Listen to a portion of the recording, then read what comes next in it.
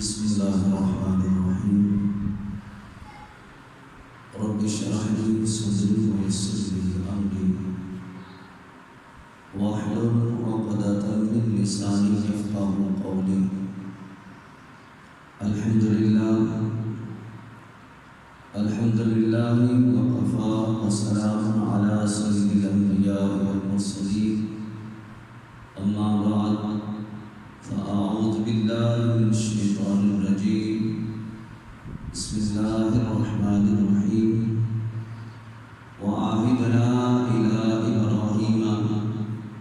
وإسماعيل أن طهر بيتي للطائفين والعاكفين والركع السجود.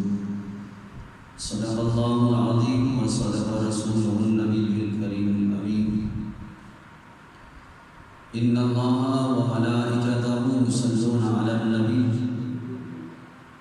يا أيها الذين آمنوا صلوا عليه وسلموا تسليما. درود پاک باواد بلند پڑھیں. الصلاۃ والسلام علیک یا سیدی یا رسول اللہ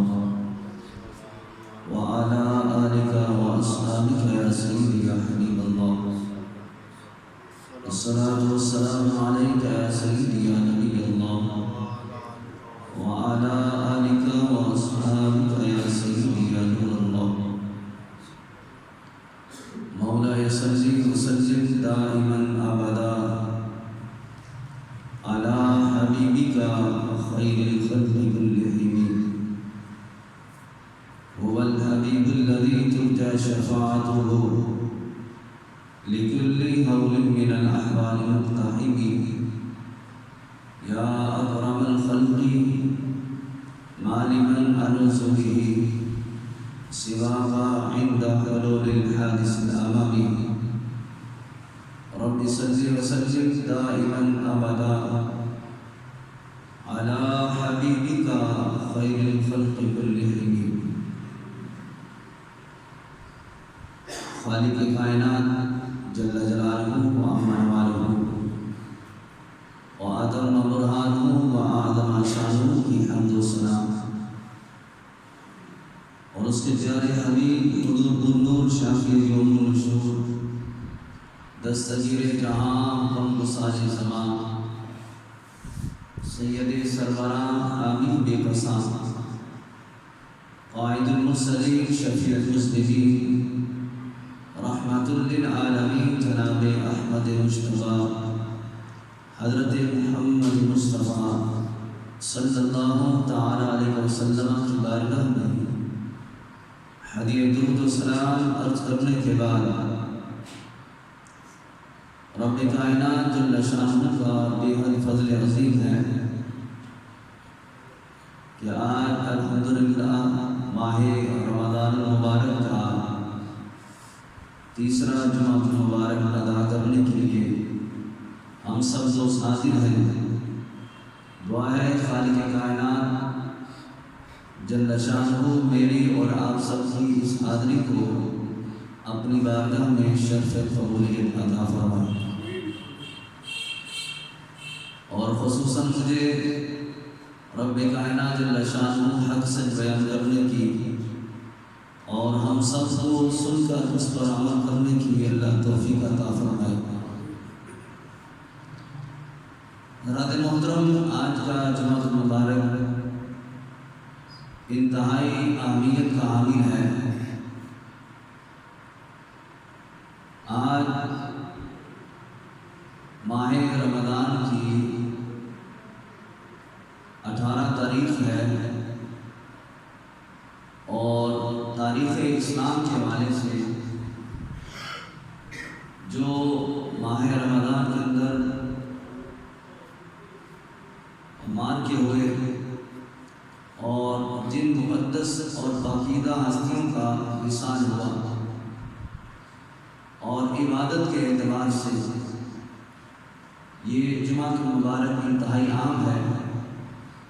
تمام موضوعات کو ایک وقت میں بیان کرنا مشکل بھی ہے اور اس طرح کسی ایک موضوع کو بھی صحیح طریقے سے سمجھ نہیں آئے گی. اب دیکھیں حضرت عائشہ صدیقہ طیبہ طاہرہ رضی اللہ تعالی عنہا امہات المؤمنین، ہماری امی جان، ہمارے آقا مولا حضرت محمد مصطفیٰ صلی اللہ تعالی علیہ وسلم کی محبوبہ زوجہ محترمہ رضی اللہ تعالی عنہا، جن کا مثال ماہ رمضان کی 17 تاریخ کو ہوا۔ گویا کہ کل کا جو دن گزرا ہے یہ آپ کے اس سے مبارکہ کا دن تھا جس میں اللہ تعالیٰ جل شانہ نے آپ کو اس دنیا فانی سے پردہ دیا اور آپ نے رب تعالیٰ جل شانہ کے حکم کو لبیک کہتے ہوئے اللہ کی بارگاہ میں سرزور ہوئی۔ اور 17 رمضان مبارک ہی وہ مقدس دن ہے جس میں اللہ تعالیٰ جل شانہ نے مسلمانوں کو ایسا عروج عطا فرمایا، ایسی بلندی عطا کی اور ایسی کامیابی عطا کی کہ آج رہتی دنیا تک اس کی مثالیں اہل حق بیان فرماتے ہیں اور کفار لوگ بھی سن کے حیران ہوتے ہیں کہ وہ مسلمانوں کے کیسے جذبات تھے کہ جنہوں نے 313 ہوتے ہوئے نہ ساز و سامان لڑنے کا، نہ کوئی جنگ کی تیاری، اور ہزاروں کے لشکر کے ساتھ ٹکر لے لی اور اللہ نے مسلمانوں کو فتح اور کامیابی عطا فرمائی۔ میدان بدر کا واقعہ بھی 17 رمضان مبارک کو ہوا اور اللہ تعالیٰ جل شانہ نے مسلمانوں کو عظیم فتح عطا فرمائی، جس کا ذکر قرآن پاک کے اندر بھی ملتا ہے۔ اور الحمدللہ ہر رمضان میں کچھ نہ کچھ واقع بدر جو ہے اس کو بیان کیا جاتا ہے، لیکن آج میں یہ چاہتا ہوں کہ جو آج ہماری گفتگو کا جو موضوع ہے وہ چونکہ آگے 2 دن کے بعد اعتکاف کے دن آ رہے ہیں، تو اس لیے میں چاہتا ہوں کہ واقعہ بدر جو ہے وہ ہم اکثر سنتے رہتے ہیں، تو آج اعتکاف کے حوالے سے انشاءاللہ تعالیٰ کچھ کلام کرتے ہیں۔ اور آگے 21 تاریخ کو یعنی 21 رمضان مبارک کو حضرت علی مرتضیٰ شیر خدا رضی اللہ تعالیٰ عنہ کی شہادت کا دن بھی ہے، تو اسی جمعہ المبارک کو آپ کی شہادت کو بھی بیان کیا جا رہا ہے، یعنی کہ کسی مقام پہ حضرت بی بی عائشہ صدیقہ رضی اللہ تعالیٰ عنہا کی عظمت و شان کو بیان کیا جا رہا ہے، کسی مقام پہ واقعہ جنگ بدر کو بیان کیا جا رہا ہے، کسی مقام پہ حضرت علی مرتضیٰ شیر خدا رضی اللہ تعالیٰ کی شہادت کو بیان کیا جا رہا ہے۔ اور آج ہماری اس مسجد میں انشاءاللہ تعالیٰ اعتکاف کی فضیلت کو بیان کیا جائے گا، چونکہ عمل سے زندگی بنتی ہے، جنت بھی جہنم بھی۔ گویا کہ اعتکاف جو ہے یہ ایک ایسی عملی عبادت ہے جس کے ذریعے سے بندہ اپنے رب کی بارگاہ کے اندر سرخرو ہوتا ہے اور رب کی بارگاہ سے اس بندے کو مغفرت کا پروانہ عطا کیا جاتا ہے۔ حضرات محترم، عبادت کے اعتبار سے جس طرح اللہ تعالیٰ جل شانہ نے ہمیں عبادت کا حکم عطا فرمایا ہے، اس طرح جو پہلی امتیں گزری ہیں اللہ نے ان کو بھی عبادت کا حکم عطا فرمایا تھا، جس کو سورہ بقرہ میں اللہ تعالیٰ جل شانہ ارشاد فرماتا ہے وَعَهِدْنَا إِلَىٰ إِبْرَاهِيمَ وَإِسْمَاعِيلَ أَن طَهِّرَ بَيْتِيَ لِلطَّائِفِينَ وَالْعَاكِفِينَ وَالرُّكَّعِ السُّجُودِ۔ یہاں پہ اللہ تعالیٰ جل شانہ نے دونوں نبیوں کو، حضرت ابراہیم خلیل اللہ اور حضرت اسماعیل ذبیح اللہ کو ایک خاص کام کا حکم عطا فرمایا ہے،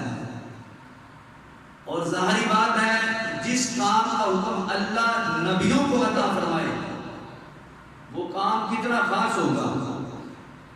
وہ اللہ اپنے پیاروں کو، اپنے نبیوں کو معمولی کام کرنے کا حکم نہیں عطا فرماتا ہے، اللہ کے نبی جو بھی کام کرتے ہیں رب کے حکم سے کرتے ہیں، اور جو بھی کام کرتے ہیں بندوں سے اعلیٰ کام کرتے ہیں۔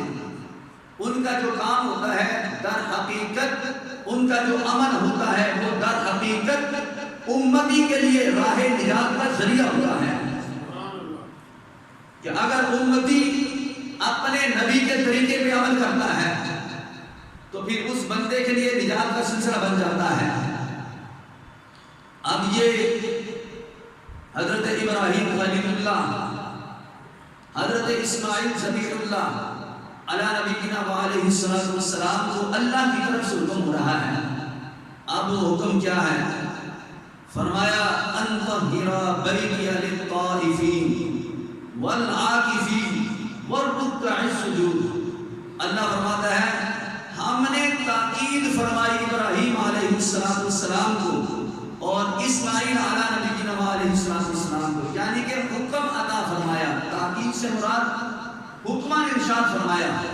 اب وہ کیا تھا؟ فرمایا میرا گھر خوب ستھرا کرو،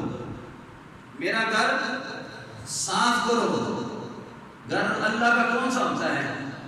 اللہ کا گھر مسجدیں ہوتی ہیں، اور اللہ فرماتا ہے اے ابراہیم میرے گھر مسجد کی صفائی کرو، اے اسماعیل علیہ السلام میرے گھر مسجد کی صفائی کرو۔ گویا کہ مسجد میں کام کرنا، مسجد کی صفائی کرنا یہ اتنا بڑا کام ہے کہ یہ اللہ کے پیارے نبی ابراہیم و اسماعیل علیہ السلام کی سنت مبارکہ ہے، اور رب حکمان ارشاد فرماتا ہے کہ میرے گھر کی صفائی کرو۔ اس سے یہ بھی پتہ چلا کہ جو مسجدوں میں جو حضرات جو صفائی کرتے ہیں وہ بندے کوئی حقیر بندے نہیں ہوتے، وہ بندے کوئی معمولی بندے نہیں ہوتے۔ مسجدوں کی صفائی کرنے والا بندہ یہ تو بڑی شان کا مالک ہوتا ہے، یہ تو بڑی عظمت کا مالک ہوتا ہے کہ جو رب کے گھر کی صفائی کر رہا ہے۔ اور یہ سنت ابراہیمی بھی ہے، سنت اسماعیل بھی ہے، اور رب کا حکم بھی ہے کہ میرے رب کی صفائی کرو۔ اب صفائی کی جا رہی ہے، اور اس کے بعد اللہ کیا ارشاد فرماتا ہے؟ صفائی کن کے لیے کرنی ہے؟ فرمایا طواف کرنے والوں کے لیے، یعنی کہ جو بیت اللہ میں جو لوگ آئیں گے تو ان کے آنے سے پہلے استقبالیہ طور پہ میرے بیت اللہ کی صفائی کی جائے، کہ میرے بندے آئیں گے یہاں پہ اور وہ میرے گھر کا طواف کریں گے تو میرے گھر کے اندر کوئی گرد و غبار کی ایسی چیز ان کو محسوس نہ ہو، ان کی محبت میرے گھر کے ساتھ وہ پہلے سے زیادہ بڑھ جائے جب اس کی خوبصورتی کو دیکھیں گے۔ تو اس سے یہ پتہ چلا کہ مسجدوں کو خوبصورت بنانا، مسجدوں کی صفائی کرنا، ان کو صاف شفاف رکھنا، ان کی خوبصورتی، ان کی بناوٹ کا اہتمام کرنا، اللہ اس کو پسند فرماتا ہے کہ میرے بندے جب میرے گھر میں آئے تو ان کو یہ گھر کوئی کم تر نظر نہ آئے، ان کو یہ گھر اپنے گھر سے اچھا محسوس ہو۔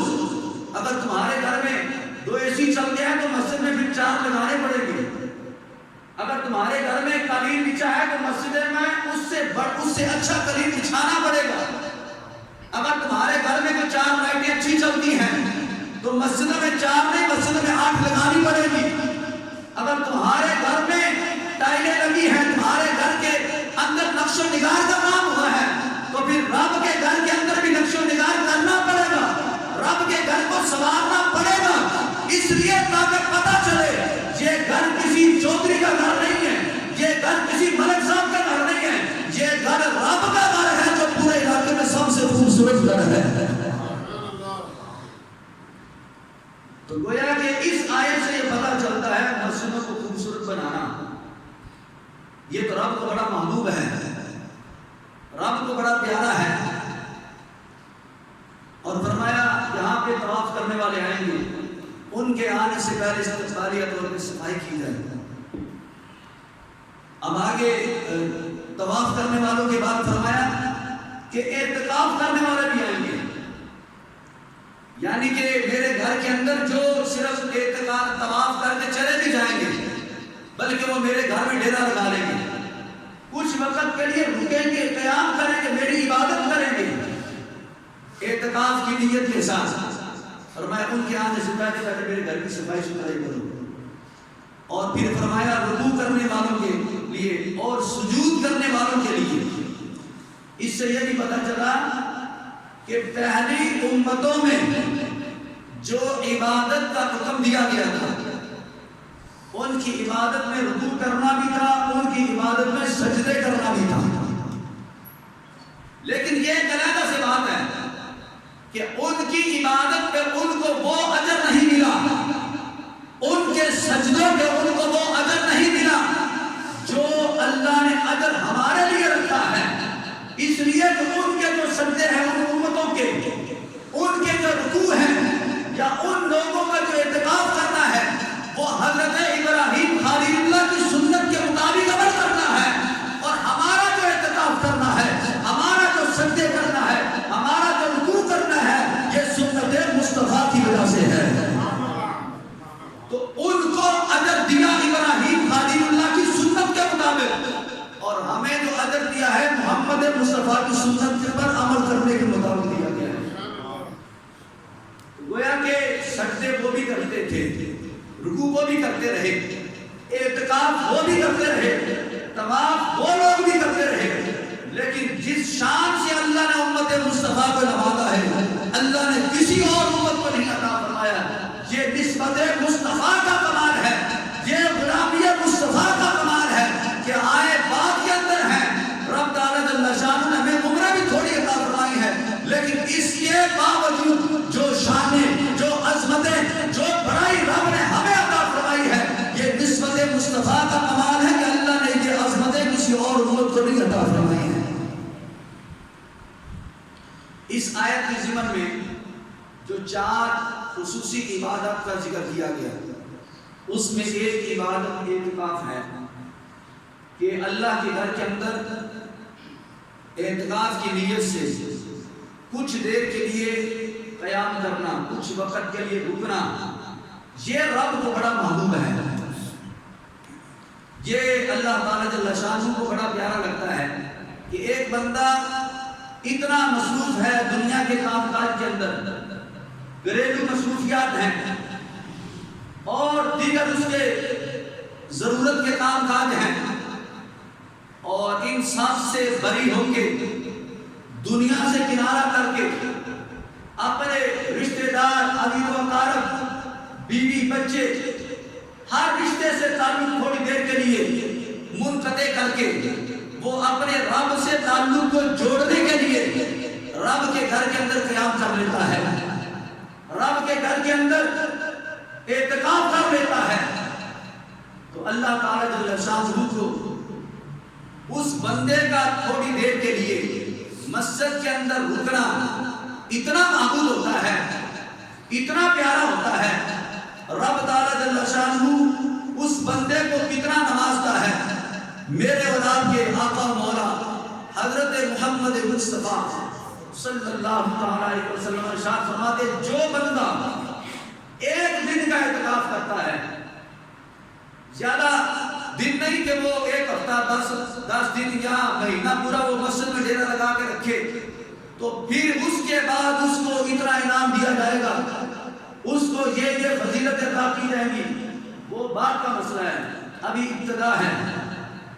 فرمایا ایک دن کا جس بندے نے اعتکاف کیا ہے رب کی رضا کی خاطر، لوگوں کو دکھانے کے لیے نہیں، فیس بک پہ تشہیر کرنے کے لیے نہیں،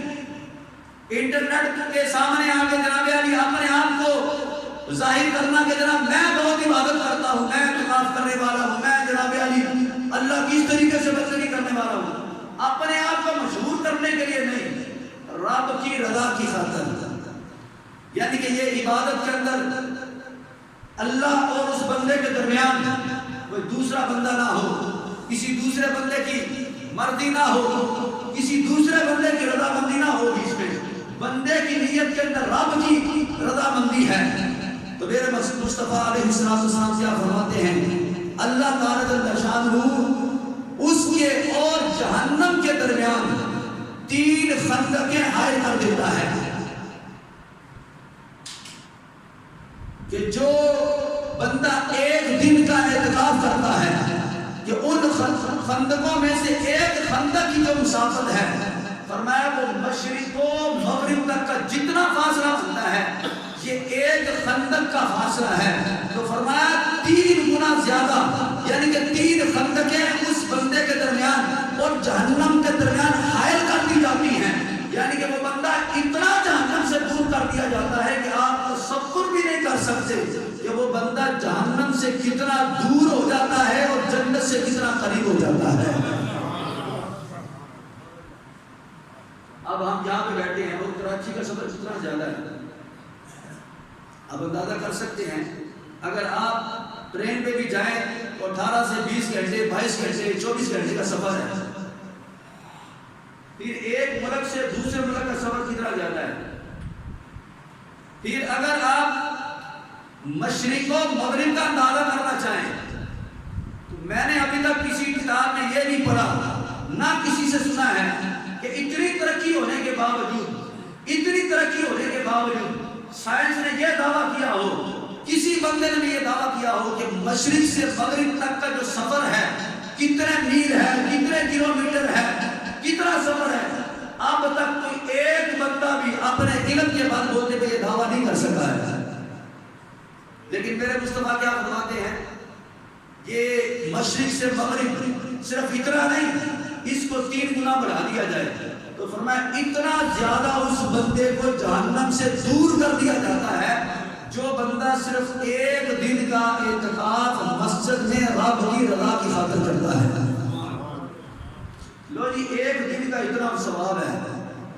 تو پھر 2 دن، پھر 3 دن، پھر 4 دن، پھر پورا ہفتہ، ہاں جی پھر پورے 10 دن، تسی سبحان اللہ نہ کو میں پہ کہہ دینا سبحان اللہ، جڑا پورا مہینہ اعتکاف کرے، جڑا پورا ڈیرہ ہی پوری زندگی مسیطے لا لے،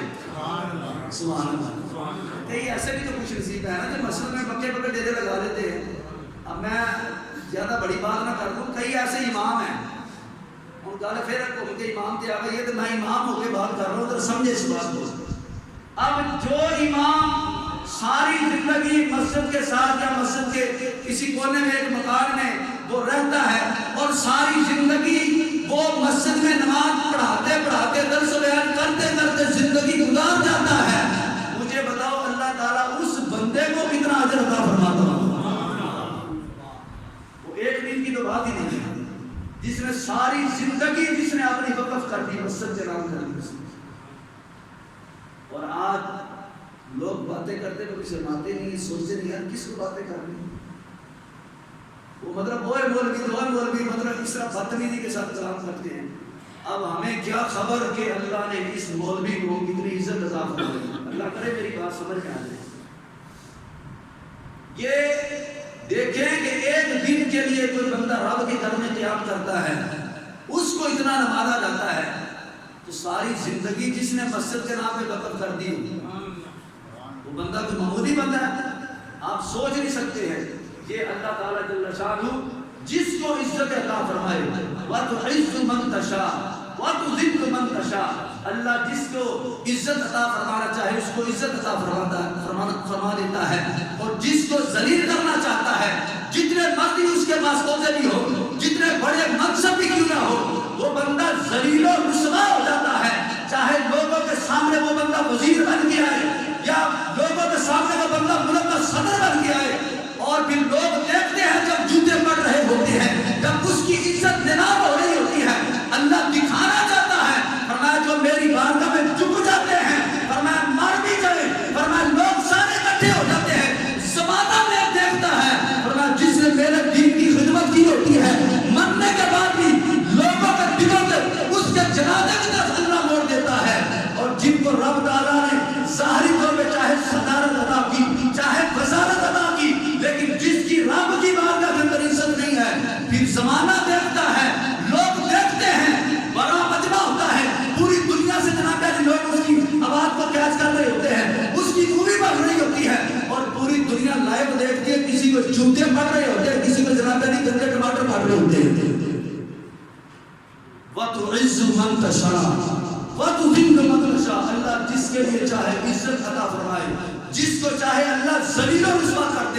یہ اللہ کی مرضی ہے تو عزت اسی کے لیے ہے جو بندہ رب کی بارگاہ میں جھک جاتا ہے، عزت اسی کے لیے ہے۔ تو حضرات محترم، جو بندہ ایک دن کا اعتکاف کرتا ہے اس کو اتنا نوازا جاتا ہے اور اتنی اس کے اوپر کرم نوازی کی جاتی ہے کہ جس کا ہم اندازہ نہیں لگا سکتے ہیں۔ ہمارے آقا مولا حضرت محمد مصطفیٰ صلی اللہ تعالی علیہ وسلم، آپ کی حدیث مبارکہ کو حضرت علی المرتضیٰ شیر خدا کرم اللہ تعالی وجہہ الکریم نشان فرماتے ہیں، بڑی توجہ کے ساتھ سنیے گا۔ فرمایا، حضور نے فرمایا جو بندہ رب کی رضا کی خاطر 10 دن کا مسجد میں اعتکاف کر لیتا ہے، رمضان کے آخری عشرے کا، جو کہ سنت مصطفیٰ بھی ہے، ادائے مصطفیٰ بھی ہے، رب کی رضا بھی ہے، رب کی طرف سے بخشش کا پروانہ بھی ہے، رب کی طرف سے انعامات بھی ہیں، رب کی بندگی بھی ہے۔ فرمایا بندہ کوئی ماہ رمضان کے آخری 10 دنوں کا اعتکاف کر لیتا ہے، حضرت علی المرتضیٰ شیر خدا فرماتے ہیں کہ میرے آقا مولا حضرت محمد مصطفیٰ صلی اللہ علیہ وسلم ارشاد فرماتے ہیں جب وہ اعتکاف کر کے واپس پلٹ رہا ہوتا ہے اللہ اس سے کتنا راضی ہوتا ہے، اللہ کتنا اجر عطا فرماتا ہے۔ فرمایا وہ بندہ اللہ اس کو 2 مقبول حجوں اور 2 عمروں کا ثواب عطا فرماتا ہے۔ اس مہنگائی کے دور کے اندر حج کرنا ایک حسرت رہ گئی ہے، حج کرنا ایک چاہت رہ گئی ہے۔ ایک نارمل طبقے کے اندر حج کا ثواب حاصل کرنا، وہاں مکہ میں جا کے، مینا میں قیام کر کے، مزدلفہ میں سجدے کر کے، عرفات میں رو رو کے رب کو منا کے ثواب حاصل کرنا حج کا آج ہمارے لیے مشکل سے مشکل ہوتا جا رہا ہے۔ لیکن فرمایا کیا ہوا اگر مہنگائی ہو گئی، کیا ہوا تمہارے پاس پیسے نہیں ہیں، پھر کیا ہوا تم میرے گھر میں نہیں آ سکے؟ فرمایا تم وہ حج کے مہینے کا انتظار نہ کرو، پیسے نہیں تو پھر کیا ہوا پریشان نہ ہو۔ میرے مصطفیٰ فرماتے ہیں اگر تمہارے دل کے اندر سچی حسرت ہے حج کا ثواب حاصل کرنے کی تو فرمایا پھر وہ ثواب کو ہم تمہیں گھر بیٹھے عطا فرما دیں گے، لیکن یہ ہے لگن سچی ہو، محبت سچی ہو، زبان کے الفاظ نہ ہو کہ میں چاہتا ہوں کہ اللہ مجھے حج کا ثواب عطا فرمائے، میں حج میں جب ہر نماز کے بعد دعائیں نکلتا کرتا پھرے، پیر صاحب کے پاس گیا تو وہاں پہ دعا کروائی، مسجد میں آیا امام صاحب سے حضرت دعا فرمائے، پیسے اکٹھے کرنے شروع کر دیے، کمیٹیاں ڈال لی، طرح طرح کے یہ ذریعے بندہ اختیار کرتا ہے۔ فرمایا ادھر ادھر جانے کی ضرورت ہی نہیں ہے، اگر واقعی تجھے لگن سچی ہے، تیرا ارادہ مضبوط ہے تو اللہ تجھے گھر بیٹھے ہی ایک نہیں 2 حجوں کا ثواب عطا فرمائے گا، ہیں جی۔ لیکن کیا ہے؟ فرمایا بس چند دن کے لیے، زیادہ نہیں، چند دن کے لیے۔ کتنے دن؟ یا اللہ کو مہینہ؟ فرمایا نہیں مہینہ بھی نہیں، 15 دن۔ فرمایا نہیں 15 دن بھی نہیں، یا اللہ کو 10 دن۔ فرمایا ہاں صرف 10 دن کے لیے میرے مصطفیٰ کی سنت سمجھتے ہوئے، میرے مصطفیٰ کی ادا سمجھتے ہوئے، میرے مصطفیٰ کے ساتھ محبت کرتے ہوئے، ادائے مصطفیٰ کو اپناتے ہوئے، فرمایا صرف 10 دن کے لیے میرے گھر میں آ جاؤ۔ کتنے لیے؟ 10 دن کے لیے، 9 بھی ہو سکتے ہیں، 10 بھی ہو سکتے ہیں۔ فرمایا بس یہ گنتی کے چند دن کے لیے میرے گھر میں قیام کر لو، بیوی کو چھوڑ دو، بچوں کو چھوڑ دو، ماں باپ کی محبت اپنی جگہ پہ ہے، رشتہ داروں کو چھوڑ دو، دوست احباب کو چھوڑ دو، بھائی سب سے تعلق وقتی طور پہ منقطع کر کے، بھائی میں اپنے رب سے تعلق جوڑنے کے لیے مسجد میں جا رہا ہوں، اب نیت کر کے اعتکاف کی۔ فرمایا میرے گھر میں آ جاؤ، ماہ رمضان کا مبارک مہینہ بھی ہے، جہنم سے آزادی کا عشرہ بھی ہے۔ فرمایا بس اب مجھے راضی کرنے کے لیے تھوڑی دیر کے لیے، تھوڑے دنوں کے لیے میرے گھر میں قیام کر لو، فضول کوئی نہ کرنا، بد کلامی نہ کرنا، اونچی آواز سے مسجد میں بولنا نہ، کوئی ایسی حرکت نہ کرنا جس سے رب ناراض ہوتا ہے۔ فرمایا بس لو منا لو رو رو کے جس طرح ہو سکتا ہے، ورنہ راتوں کا قیام کر کے تراویح کی صورت میں قیام کر کے دن کے ٹائم جو ہے وہ روزہ رکھ کے دن کی نماز ادا کر کے کبھی قرآن کی تلاوت ہے، کبھی ذکر و اذکار ہے، کبھی درود و سلام ہے، کبھی رات کا لمبا لمبا قیام ہے، ورنہ جب سارے سو جاتے ہیں ورنہ رات کو اٹھ کے آنکھوں سے آنسو بہا کے اپنے رب کو راضی کرنے کے لیے فرمایا مصلی بچھا دے، سب سجدے میں رکھ دے اور فرمایا میری بارگاہ کے اندر سبحان ربی الاعلیٰ کی تسبیحات کرنا تیرا کام ہے، رب کو منانے کے لیے اپنی آنکھوں سے آنسو بہانا یہ تیرا کام ہے۔ فرمایا جب تو واپس پلٹے گا تجھے محروم نہیں کروں گا، فرمایا جب تو واپس جا رہا ہوگا ایک نہیں اللہ دو دو حجوں میں ثواب عطا فرمائے گا۔ یہ کوئی جذباتی الفاظ نہیں ہے، یہ میرے مصطفیٰ کا وعدہ ہے۔ میں بات کہوں ہو سکتا ہے غلط ہو جائے، ہو سکتا ہے وہ بات پوری نہ ہو، اللہ کی مرضی ہے، میرے کہنے پہ کیا اللہ تعالیٰ جل شانہ کسی کی تقدیر بدلے گا، وہ تو اس کی مرضی ہے، لیکن جس کی تقدیر میرے مصطفیٰ نے 1400 سال پہلے بدل دی، کبھی دعائیں کر کر کے کبھی غار ہیرا میں روتے ہیں، کبھی غار ثور میں جا جا کے دعائیں کرتے ہیں، کبھی جناب علی پیدا ہوتے ہی ربی ہماری امتی کی صدائیں لگاتے ہیں، جب قبر میں لیٹ رہے ہیں پھر بھی امت کے لیے دعا کر رہے ہیں، جس نے ساری زندگی رب سے ہمارے لیے مانگا ہے وہ مصطفیٰ فرماتے ہیں، فرمایا میری سنت سمجھتے ہوئے رب کی رضا کی خاطر لوگوں کو دکھانے کے لیے نہیں کرنا ہے، فرمایا رب کو راضی کرنے کے لیے میرے گھر میں اعتکاف کر لو، فرمایا نتیجے میں کیا ہوگا، اللہ ایک نہیں دو دو مبرور حجوں کا ثواب عطا فرمائے گا۔ اب اس حج پہ کتنا پیسہ لگتا ہے، مہنگائی جتنی مرضی ہو جائے، مسجد میں تو اکثر یہ ہوتا ہے کہ افطاری ٹائم میں الحمدللہ بہت اہل محبت جو ہیں وہ مسجد میں کچھ نہ کچھ افطاری کا انتظام کروا دیتے ہیں، اور سحری کے ٹائم میں کچھ نہ کچھ اللہ توفیق دے تو انتظام ہو جاتا ہے۔ یہاں پہ تو مہنگائی جتنی مرضی جناب علی اوپر چلی جائے، لیکن اللہ تعالیٰ جل شانہ اپنے مہمانوں کو محروم نہیں کرتے، اللہ ان کو بن مانگے مسجد میں عطا فرما دیتا ہے۔ اب میں بھی یہاں پہ روزانہ افطاری کرتا ہوں، میں کبھی بھی گھر سے افطاری کے لیے سامان ہی لے کے آتا ہوں، الحمدللہ اہل محبت ہیں وہ بھیج دیتے ہیں، اور کئی ہمارے نمازی بھی یہاں پہ آ کے افطاری کر دیتے ہیں، یعنی کہ اتنی افطاری ہو جاتی ہے کہ بآسانی الحمدللہ مطلب ہم افطاری کر کے اپنا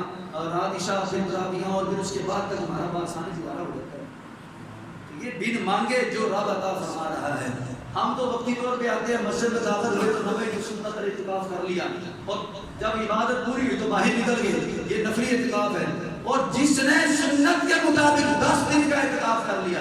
وہ باہر جاتا ہی نہیں ہے، لوگوں سے ویسے باتیں نہیں کرتا اور رب کی بارگاہ میں ڈیرے لگا رکھتا ہے، تو پھر اللہ تعالیٰ اس کو محروم نہیں کرتا ہے، جب واپس پلٹ رہا ہوتا ہے تو اللہ تعالیٰ جل شانہ اس بندے کو بھی گناہوں سے اس طریقے سے معاف فرما دیتا ہے گویا کہ وہ بندہ آج ہی دنیا میں اندر پیدا ہوا ہے۔ 2 حجوں اور 2 عمروں کا ثواب ہے۔ اور حضرت حسن بصری رحمۃ اللہ تعالی علیہ نے جو روایت نقل فرمائی آپ نے تو کمال کر دیا۔ آپ فرماتے ہیں کہ جو معتکف 1 دن کا اعتکاف کرتا ہے، یعنی کہ ہر روز وہ جو اعتکاف میں جو بیٹھا ہوا ہے اور سنت اعتکاف کی نیت سے وہ مسجد میں قیام کیا ہوا ہے، تو فرمایا اللہ تعالیٰ جل شانہ اس بندے کو ہر روز اس کو مقبول حج کا ثواب عطا فرماتا ہے، یعنی کہ 10 دن کا قیام ہے تو 10 حجوں کا ثواب ملتا ہے، اگر 9 دن کا اعتکاف ہوا تو اللہ 9 حجوں کا ثواب اس بندے کو عطا فرماتا ہے۔ تو حضرت علی بن مرتضیٰ کی روایت کے اندر 2 مبرور حجوں کا ثواب ہے، اور حضرت سیدنا حسن بصری رحمۃ اللہ تعالی علیہ یہ تابعی بزرگ ہیں، آپ فرماتے ہیں 2 بھی بہت ہیں، اللہ 1 قبول کر لے وہ بھی بہت ہوتا ہے جی۔ تو یہاں پہ 1 کی بات نہیں، 2 کی بات نہیں، فرمایا ہر روز مبرور حج کا ثواب اس بندے کو عطا کیا جاتا ہے۔ کیا خیال ہے، سودا سستا کہ نہیں کریں؟ ہاں جی، سودا بھی سستا ہے، لیکن کی کریے باہر مٹھائی بڑی اور بچے کا نظام چلانا ہے، نوکری بھی کرنی ہے، کاروبار بھی کرنا ہے، بس یہی اسی وجہ سے تو ہمیں اتنا ثواب دیا جا رہا ہے۔ حج کے لیے جائیں گے تو 1.25 مہینے کے لیے دکان بند، کیوں جی 1.25 مہینے کے لیے اپنی دوستیاں ختم، ایسی ہوتا ہے نا، اپنا کاروبار، اپنی دوستیاں، اپنے تعلقات منقطع، سب کچھ یہاں سے چھوڑ کے وہاں پہ ڈیرے لگاتے ہیں، جہاں پہ ظاہری طور پہ ہمارے جاننے والا کوئی نہیں ہوتا، لیکن پھر بھی وہاں پہ کوئی نہ کوئی اہل محبت نکل ہی آتا ہے ملنے والا۔ تو گویا کہ اتنی جدائی تو لمبی ہوتی ہے، پھر اس میں اتنا زیادہ پیسہ خرچ ہوتا ہے۔ یہاں پہ تو اتنی زیادہ لمبی جدائی نہیں، صرف 10 دن کا کام ہے۔ 10 دن کے اندر اپنے رب کو آگے ملا لو تو اللہ تعالیٰ جل شانہ اتنی عظمت اور اتنی فضیلت عطا فرماتا ہے کہ ہم اندازہ نہیں کر سکتے ہیں۔ اور ہمارے آقا مولا حضرت محمد مصطفیٰ صلی اللہ تعالیٰ علیہ وسلم کے یہ اتنی پیاری سنت ہے، اتنی پیاری سنت ہے کہ اس کو ادا کرنے کے جو مقاصد بیان کیے گئے ہیں، اگر ہم اس کو سمجھ لیں تو پھر ہمارے لیے اعتکاف کرنا انتہائی آسان ہو جائے گا۔ بڑی توجہ کے ساتھ سمجھیے گا اس بات کو۔ اعتکاف کرنے کا جو پہلا مقصد ہے وہ کیا ہے؟ یہ اللہ تعالی جل شانہ کی عبادت اور رضا حاصل کرنے کے لیے اعتکاف کیا جاتا ہے۔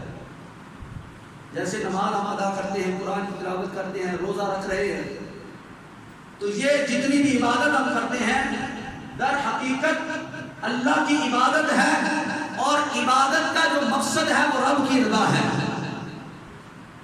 اور اعتکاف کا جو دوسرا مقصد بیان کیا گیا وہ کیا ہے؟ وہ فرمایا کہ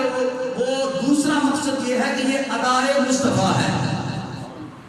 یہ سنت مصطفیٰ ہے۔ چونکہ ہمارے نبی نے یہ کام کیا ہے تو اس وجہ سے میں بھی یہ اعتکاف کر رہا ہوں۔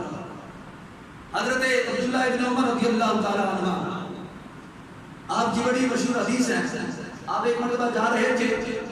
تو آپ نے اپنی سواری کو گھمانا شروع کر دیا، تو ساتھیوں نے پوچھا حضرت یہ کیا وجہ ہے؟ آپ ایسے بلا وجہ اپنی سواری کو گھما رہے ہیں۔ آپ فرماتے ہیں سواری کو گھمانے کی یہاں وجہ کا تو مجھے علم نہیں ہے،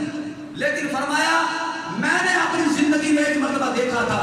میرے مصطفیٰ علیہ السلام یہاں سے گزر رہے تھے، سواری پہ سوار تھے، اور میں نے دیکھا کہ میرے مصطفیٰ نے اپنی سواری کو یہاں پر اسی طریقے سے گھمایا تھا۔ فرمایا آج ابن عمر اپنے مصطفیٰ کی ادا کو ادا کر رہا ہے۔ یہ ہے عاشق، یہ ہے محبت مصطفیٰ،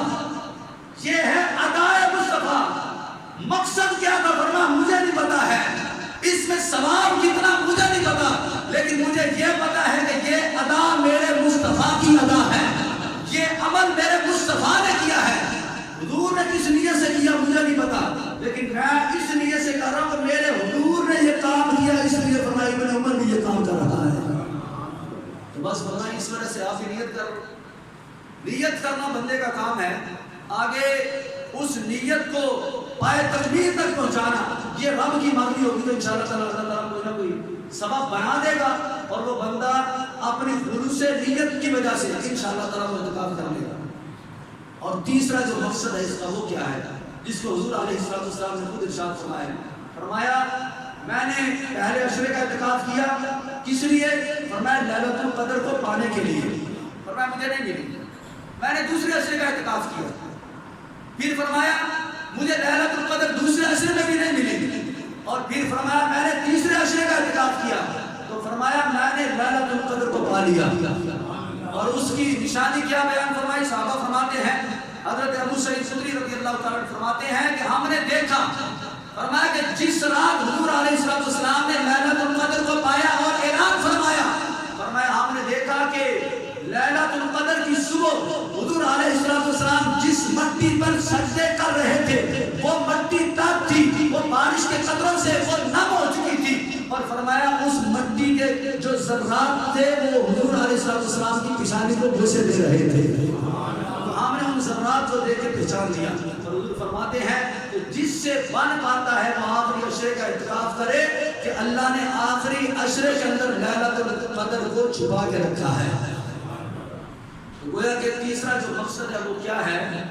لیلۃ القدر کو حاصل کرنا ہے، یعنی کہ قدر والی رات جو ہے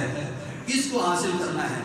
تو اس کو پانے کے لیے حضور علیہ السلام نے پورا مہینہ، پھر 2 عشرے، پھر آخری عشرے کا اعتکاف کیا، اور بالآخر آخری عشرے میں اعتکاف کر کے لیلۃ القدر کو پایا، اور اپنے غلاموں کو حکم دیا، فرمایا جس سے بن پاتا ہے وہ آخری عشرے کا اعتکاف کرے۔ چوتھا جو مقصد ہے وہ کیا ہے؟ وہ رب تعالیٰ جل شانہ نے انعام کے طور پہ کہ جس نے اعتکاف کر لیا، لیلۃ القدر کو پا لیا، اب جہاں پہ دو انعام اللہ نے بیان کیا، حضور علیہ السلام نے بیان فرمایا ہے جو بندے کو رب کی طرف سے عطا کیے جاتے ہیں۔ ایک تو وہ انعام جو میں نے پہلے بیان کر دیا، فرمایا اس بندے کو 2 عمروں اور 2 حجوں کا ثواب عطا کیا جاتا ہے، اور 5واں جو مقصد ہے، جو انعام ہے وہ کیا ہے؟ فرمایا اللہ اس بندے کی مغفرت فرما دیتا ہے۔ اب نماز پڑھنے آتے ہیں، مقصد کیا ہے؟ اللہ ہماری مغفرت فرمائے، رب کی رضا کی خاطر۔ قرآن پڑھتے ہیں تو مقصد یہی ہوتا ہے رب کی رضا،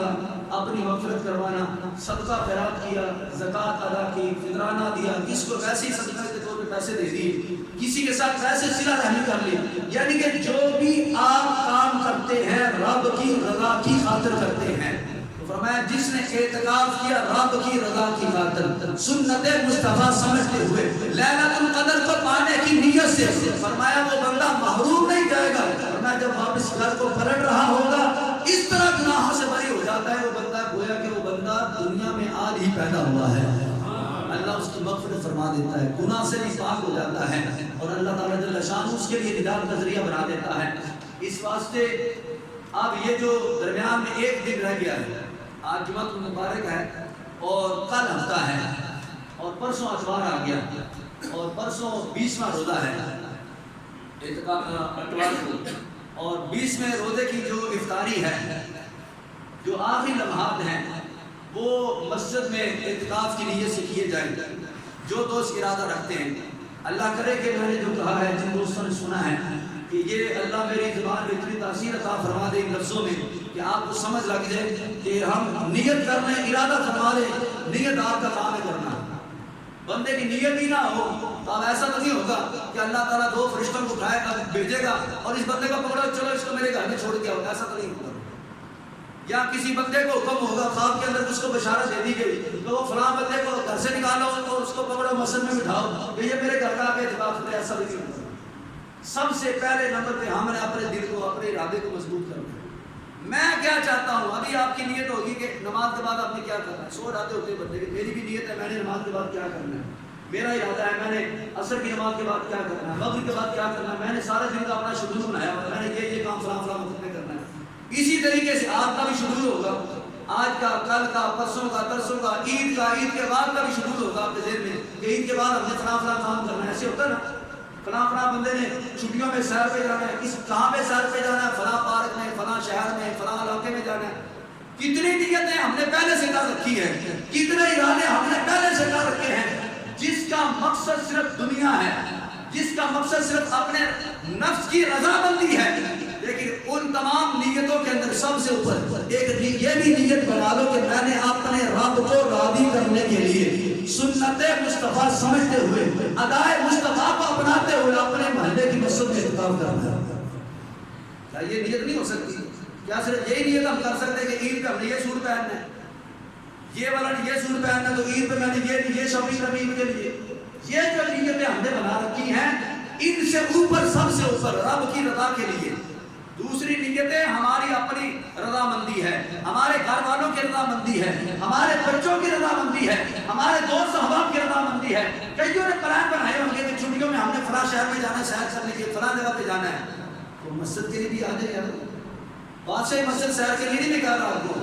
آج جی سرکار والی مسجد میں آدھے سیر کرنے کے لیے سمجھ لیں۔ کبھی فجر ہے تو فجر کے بعد فجر کی نماز ادھر پڑھی، تو فجر کے بعد ظہر کی نماز پڑھنے کے لیے ادھر سے چلتے چلتے سیر کرتے کرتے ادھر آ جائیں، ہے جی ظہر کی نماز ادھر پڑھ لیا تو عصر کی نماز چلتے چلتے ادھر میرے پیچھے کھڑے ہوتے ہیں جی، کبھی عشاء کے لیے جناب ادھر، کبھی مغرب کے لیے ادھر، یہ مسجد ساری آپ کے لیے، کبھی اوپر جا کے نفل پڑھے، کبھی سارے لوگ ادھر آئے ہیں ابھی نماز بچائے میں چپ کے اوپر چلے، چپ کر کے آپ کو راضی کرنے کے لیے نفل پڑھنے شروع کر دیں، یہ ساری مسجد آپ کے لیے۔ لیکن یہ تب ہوگا جب ہماری نیت خالص ہوگی، جب ہماری نیت رب کی رضا مندی والی ہوگی۔ تو کیا خیال ہے؟ نیت کرتے ہیں، کر لو نیت، کوئی بات نہیں، اور نہیں کمائی سے کاٹا کرنا، اور نہیں کوئی ہوتا یار، نہیں تاڑا کاروبار بند ہوتا، اگر کسی کا کاروبار بند ہو جائے انہیں دیر بعد سے میرے کو خرچہ لیتے، میں دے گا جو ہوگا جس طرح ہو سکے میں کروں گا، کچھ نہیں ہوتا یار، اللہ نہ کرے، اللہ نہ کرے، اللہ نہ کرے، تو باہر نکلو تو ایکسیڈنٹ ہو گئے، 6 مہینے واسطے جناب لات بچ گئے، کام بھی ختم، نہ دکان پہ جا سکتے ہیں نہ کاروبار کر سکتے ہیں۔ 6 مہینے اوکھے نے کہ 10 دن اوکھے نے، 6 مہینے اوکھے نے تو 10 دن